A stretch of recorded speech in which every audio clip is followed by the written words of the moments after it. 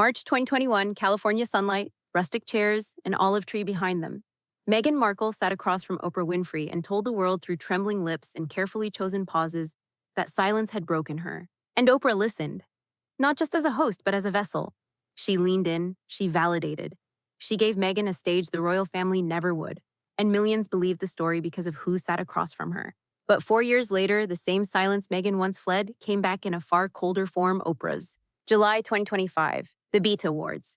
Oprah is introduced as a living legacy. She walks onto the stage in silver gray.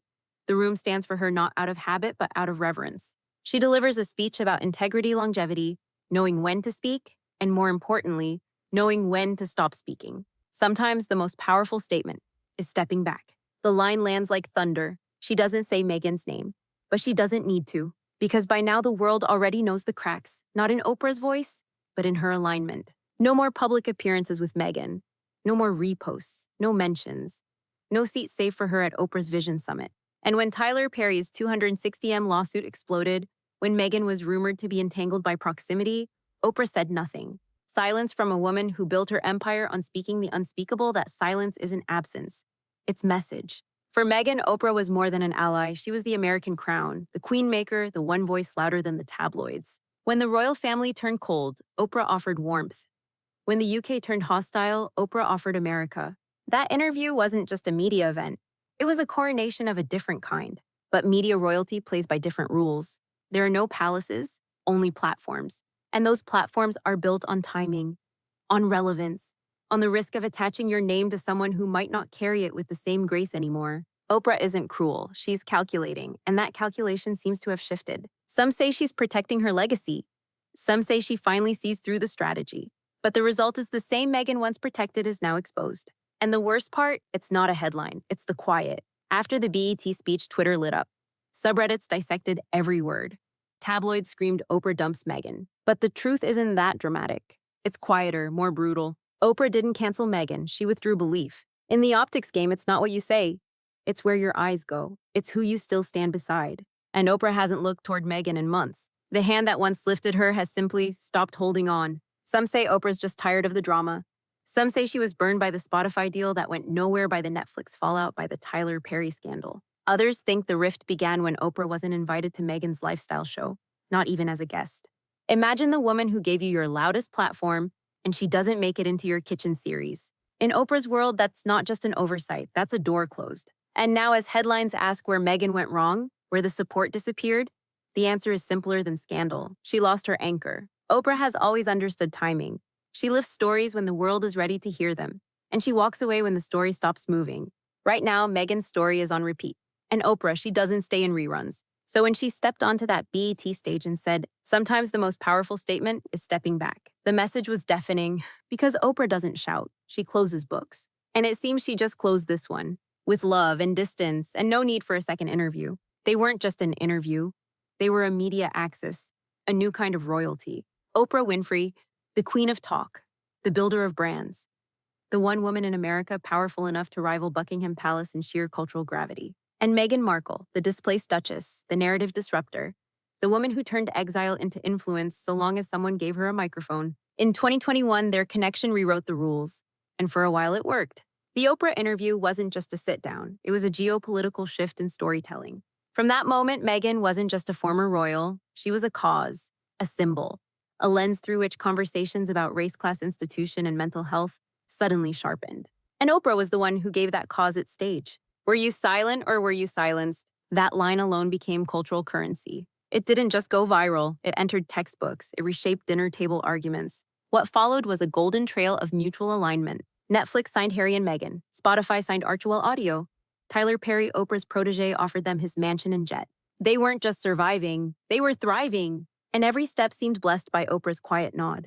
When Spare launched, Oprah praised Harry's honesty. When Archewell Foundation stumbled, she didn't criticize. When Meghan reemerged with Love, there was no public cheerleading, but also no distance. Not yet.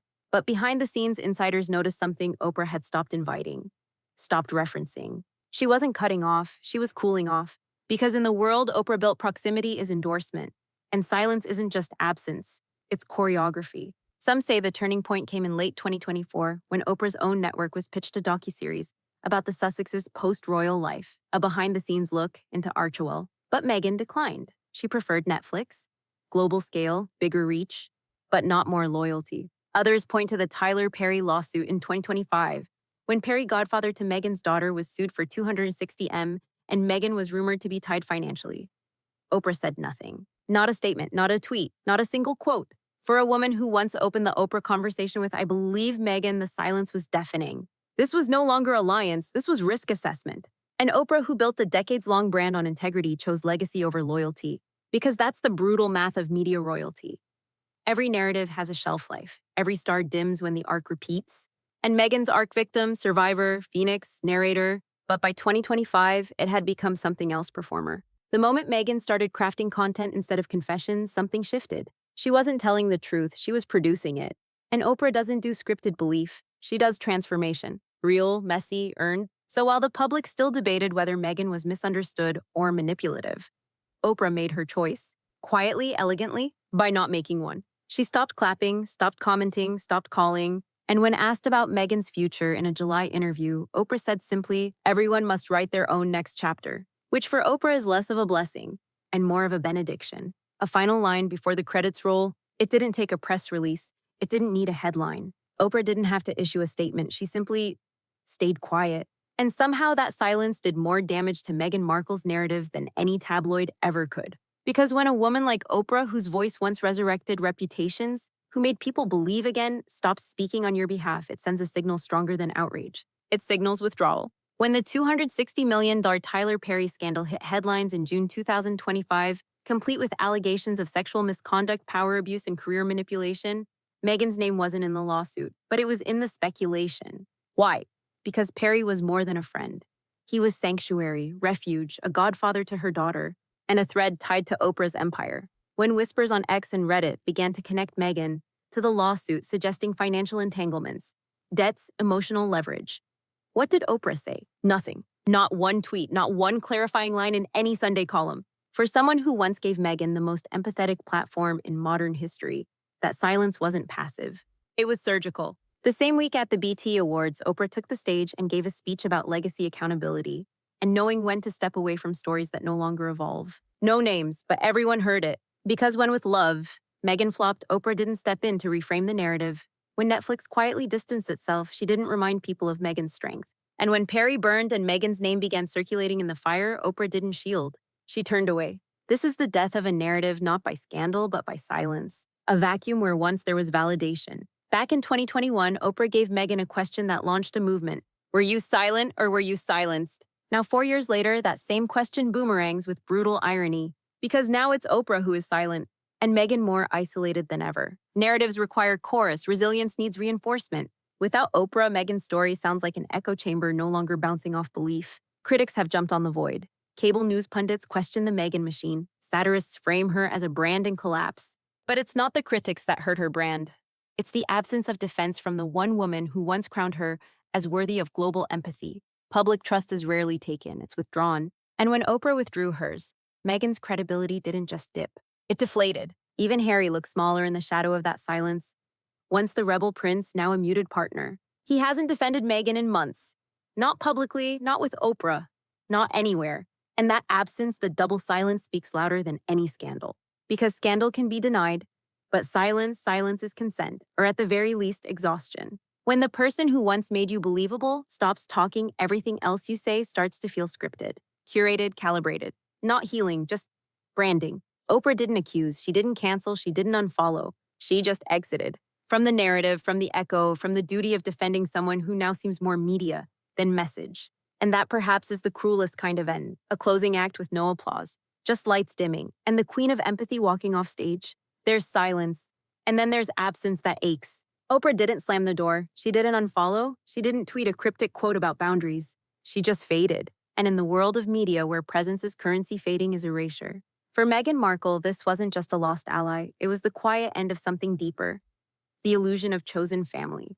Because Oprah wasn't just a mentor, a benefactor, or a broadcaster. She was the woman who said, "We protect each other." She was the voice that told a nation, "Believe her." She was the first to reframe Meghan not as a tabloid character, but as a woman worthy of sanctuary. When the world burned with headlines, when Buckingham Palace went stone cold, It was Oprah who offered the shelter, not just in airtime, in tone, and empathy. She wrapped Meghan in legitimacy, crowned her not with title, but with credibility. And when someone gives you that, they're no longer press, they're family, which is why the silence now cuts so personally. Because it's not about scandal, it's not about Perry. It's about being left by someone who once said, I've got you. Meghan had always carried a narrative of rejection by the firm, by the tabloids, by her own father. But Oprah, she was the proof that found family was possible. Until she wasn't.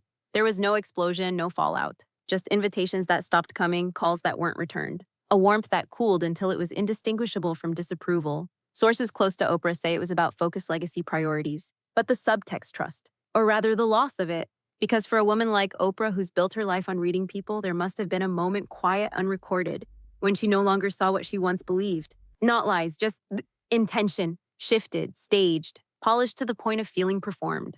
And when someone begins to feel like a script, Oprah folds the page. Not in cruelty, but in discernment. Meghan to the world might still be a duchess, but to Oprah, she became a character in a story that no longer rang true. And that is the most brutal kind of loss, not public, but private. Not loud, but permanent. Family real or chosen means one thing, presence in difficulty. And Oprah's absence amid the hardest headlines of 2025 says what no denial or defense ever could. She's no longer in Meghan's corner. No tabloid printed that, no camera caught it, but the image lingers Oprah's empty seat at every moment Meghan thought she'd be needed most. And that hurts more than betrayal. It hurts like family gone cold. What does Meghan Markle have left when Oprah Winfrey, the one voice that once crowned her credible, simply walks away? Not with malice, not with noise, but with poise and permanence. She still has a brand, a Duchess title, a podcast team on standby. She has Harry and maybe a new cookbook. But does she have belief? That intangible currency that Oprah gave her with just one look and one question. Were you silent or were you silenced? That moment birthed a movement, and now it echoes like an empty room. Because when belief dies, it doesn't scream, it withdraws. Like a tide, like Oprah. Meghan hasn't lost everything, she's lost alignment. And in the world she built, alignment was her armor. With Oprah gone, Perry disgraced Netflix, indifferent Spotify, faded. What remains isn't exile, it's isolation. Not canceled, just unaccompanied. And in the media age, being alone on camera feels louder than being shouted at. It feels definitive. Her next move matters now more than ever, not because the world is watching, but because the ones who used to stand beside her are no longer in frame. She can pivot, she can fight, she can write, but she can't reassemble the chorus that made her pain feel universal. Because without Oprah, it just feels personal, and personal doesn't scale. So now we ask, is this a reset, a fall, or simply the quiet end of a carefully lit narrative? The public won't decide that, but they will choose a side. Add Team Oprah. She saw through it first. Team Meghan, they all used her. Now they leave her. Team narrative over. The arc is done. We need new voices. Because in the end, this wasn't about royalty or race or even redemption. It was about belief, and belief has a half-life. And Oprah, she just let the last light flicker out.